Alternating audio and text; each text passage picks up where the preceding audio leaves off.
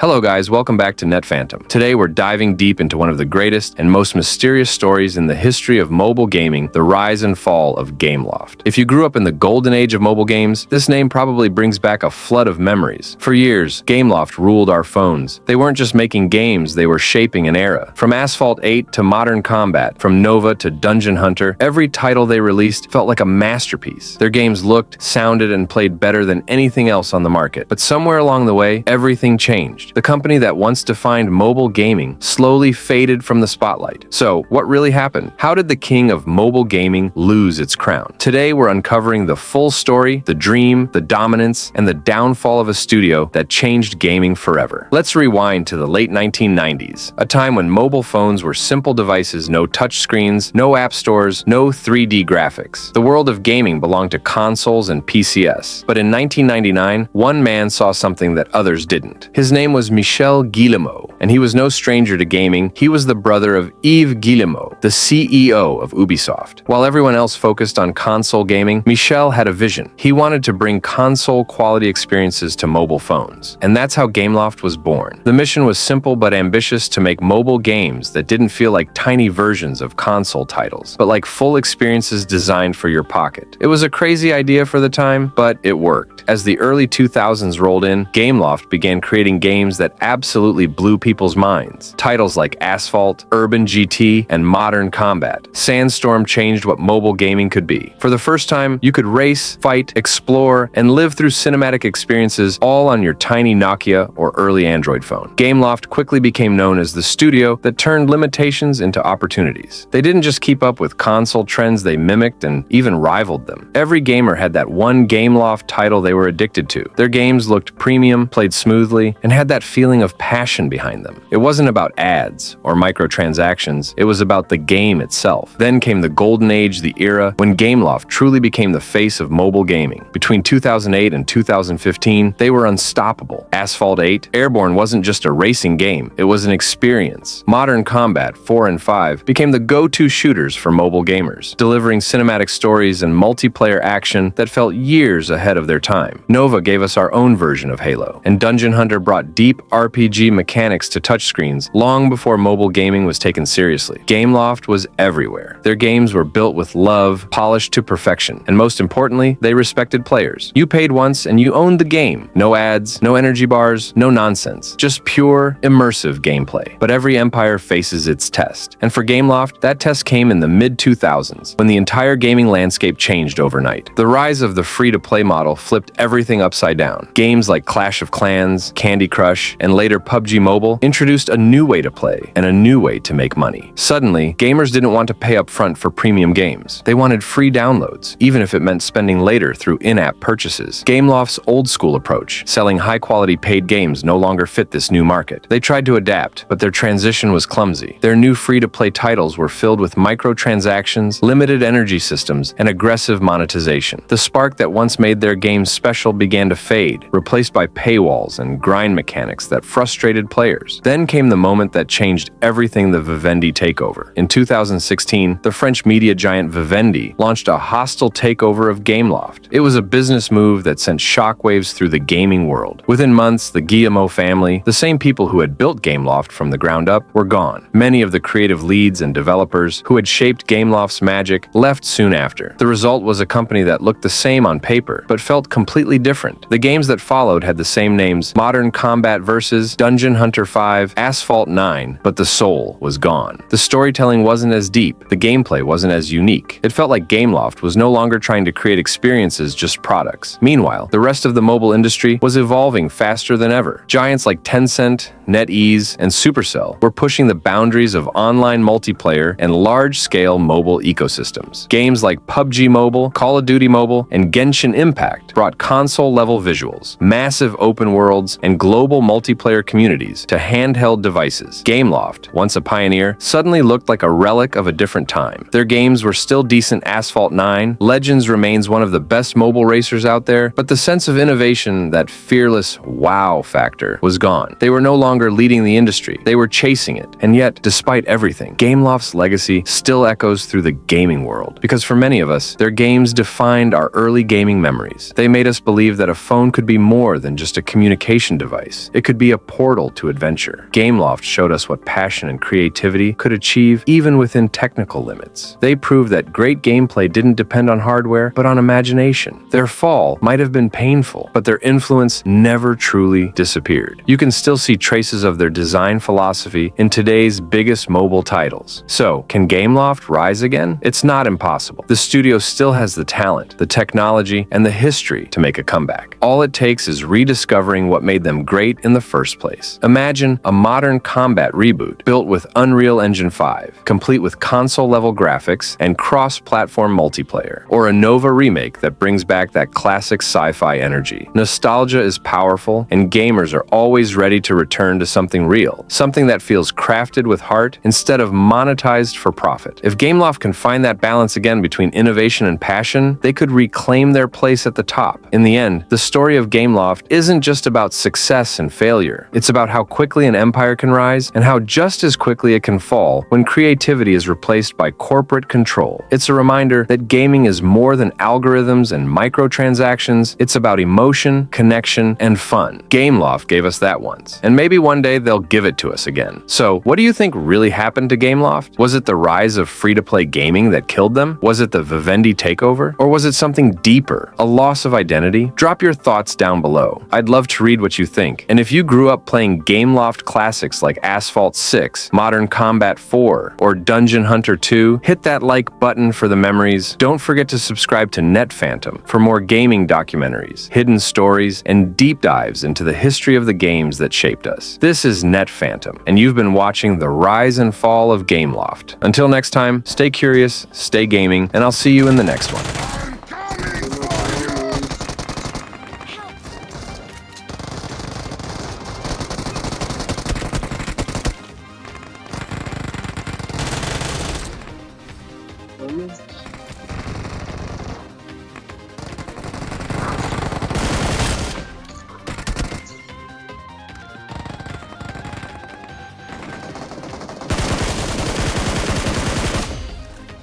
Awesome.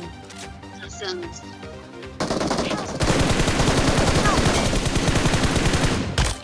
Help. Help.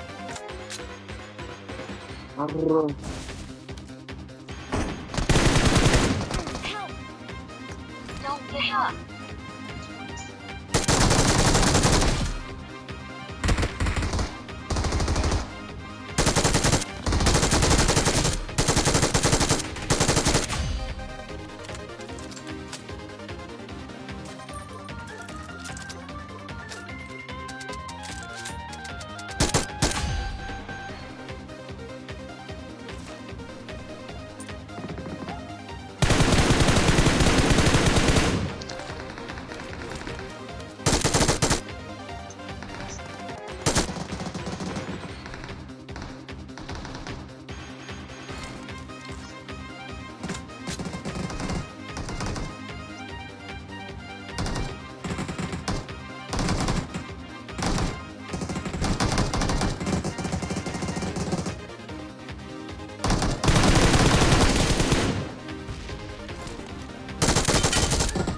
Awesome. Thanks. Awesome. Thanks. Awesome. Thanks. I need attachments. Awesome. Thanks. Awesome. Thanks. Hi. Form up on me. Form up on me.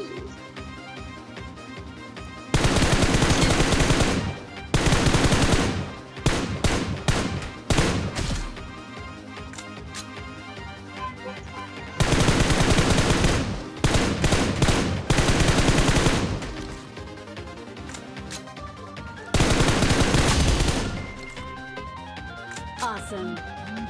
Form up on me. Form up on me. Hey, gents. Come and save me.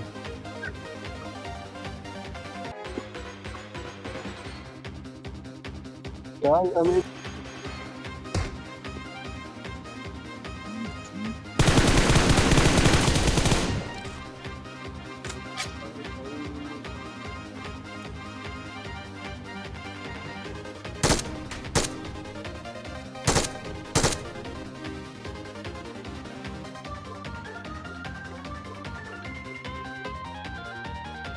Watch out!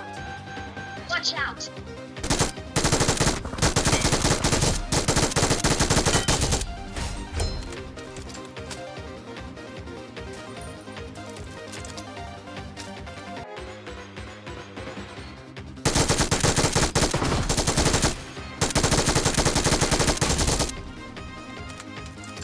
Awesome.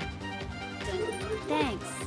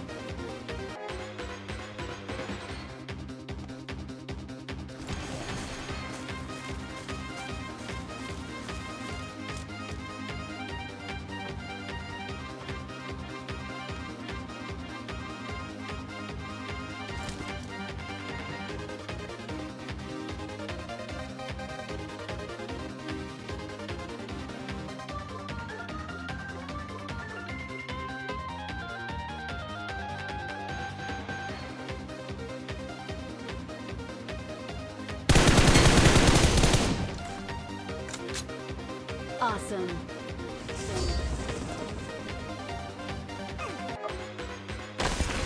Victory belongs to us. Victory belongs to us.